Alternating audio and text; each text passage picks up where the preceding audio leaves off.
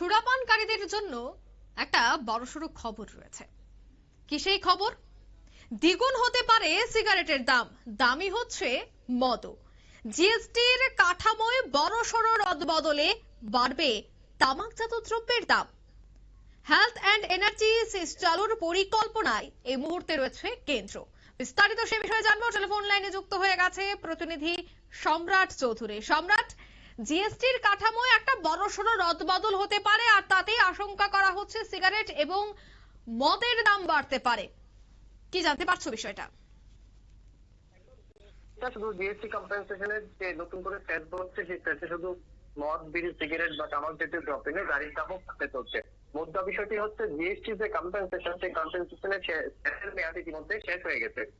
এবার নতুন করে আরো দুটি সেট বসাতে চলছে কেন্দ্র সরকার। এই দুটি সেট হচ্ছে হেলথ এন্ড এনার্জি সেট, অন্যটি হচ্ছে তোমার হেলথ এন্ড এনার্জি সেট, অন্যটি হচ্ছে গ্রিন এনার্জি সেট।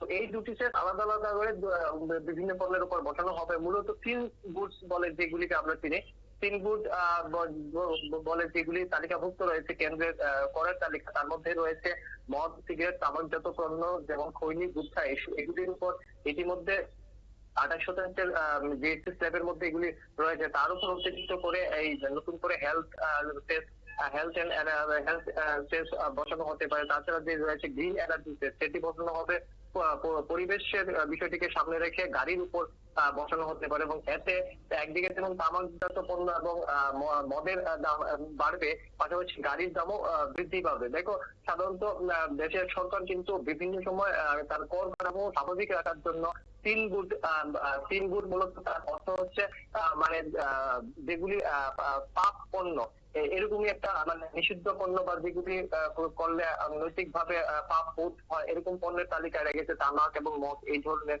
পণ্যগুলিকে। এবং এই পাপ পণ্য বিক্রি করেই কিন্তু সরকার তার অতিরিক্ত কর আদায় করে জনসেবায় কাজে লাগানো, জনসেবায় বা দেশ গঠনে কাজে লাগানো। অতিরিক্ত করে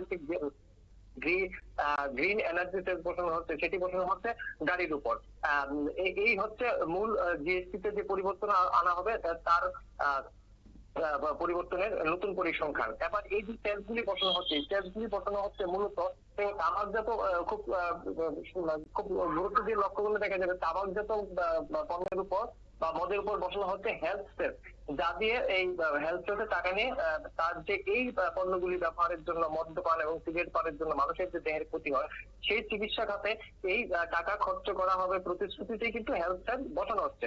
অন্যদিকে গাড়ির উপর বসানো হচ্ছে গ্রিন এনার্জি সেস, মানে গাড়ি থেকে পলিউশন হয় এবং সেই যে দূষণ, সেই দূষণকে আমার ঠিক করার জন্য বা দূষণ প্রতিরোধের জন্য যে টাকা খরচ হবে, সেগুলি হবে গ্রিন এনার্জি সেস থেকে।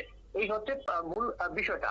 অন্যদিকে আমি আলাদা করে একটি তথ্য দিয়ে রাখি, জাতীয় যে গ্রিন ট্রাইব্যুনাল রয়েছেন, জাতীয় গ্রিন ট্রাইব্যুনাল এখন পর্যন্ত যত টাকা জরিমানা হিসাবে মানে পরিবেশের ক্ষতি করার জন্য বিভিন্ন ক্ষেত্রে বিভিন্ন সংস্থা বা বিভিন্ন কারখানা থেকে জরিমানা বাবদ যত টাকা খরচ হয়েছে, সেই টাকা কিন্তু উচিত ছিল সেই টাকা পরিবেশকে রক্ষা করার জন্য খরচ করা। কিন্তু সম্প্রতি জাতীয় গ্রিন ট্রাইব্যুনাল তার পক্ষে থেকে এক তথ্য দেওয়া, আরটিআই এর মাধ্যমে একটি তথ্য আদায় করা হয়েছে। সেই তথ্যে দেখা গেছে সেই টাকার মাত্র 1% পরিবেশ নির্মূলকরণের কাজে ব্যবহার করা হচ্ছে। মধ্যে কথা হচ্ছে সরকার যে উদ্দেশ্যে ট্যাক্স আদায় করছে তাতে কারোর কোনো আপত্তি নেই, কিন্তু সেই ট্যাক্স আদায় করে যেই খাতে খরচ করা, সেই খাতে কিন্তু খরচ হচ্ছে না। অর্থাৎ আগামী দিনে যদি তামাক পণ্য এবং মদের উপর কর বাড়ানো হয় এবং সেই টাকা দিয়ে স্বাস্থ্য ক্ষেত্রে যে টাকা খরচা করার কথা ছিল, সেই টাকা কিন্তু পুরোপুরি ভাবে খরচা করা হচ্ছে না। যেমনটা খরচা করা হচ্ছে গ্রিন ট্রাইব্যুনাল, যেখানে পরিবেশ নষ্ট করার দায়ে জরিমানা করা হয়েছিল, কিন্তু সেই টাকা খরচ করার কথা ছিল পরিবেশ রক্ষায়, কিন্তু তার মাত্র 1% টাকা খরচা হয়েছে। তো সারা দেশে সেসের নামে যে অতিরিক্ত কর আদায় করা হয় তা কিন্তু সঠিকভাবে খরচা করা হচ্ছে না। এই পরিস্থিতিতে জিএসটিতে নতুন দুটি সেস বসানো হচ্ছে, একটি হচ্ছে হেলথ সেস, অন্যটি হচ্ছে গ্রিন এনার্জি সেস, যাতে তামাকজাত পণ্য, মদ এবং গাড়ির দাম বাড়তে পারে। অঙ্কিতা, একদমই ধন্যবাদ।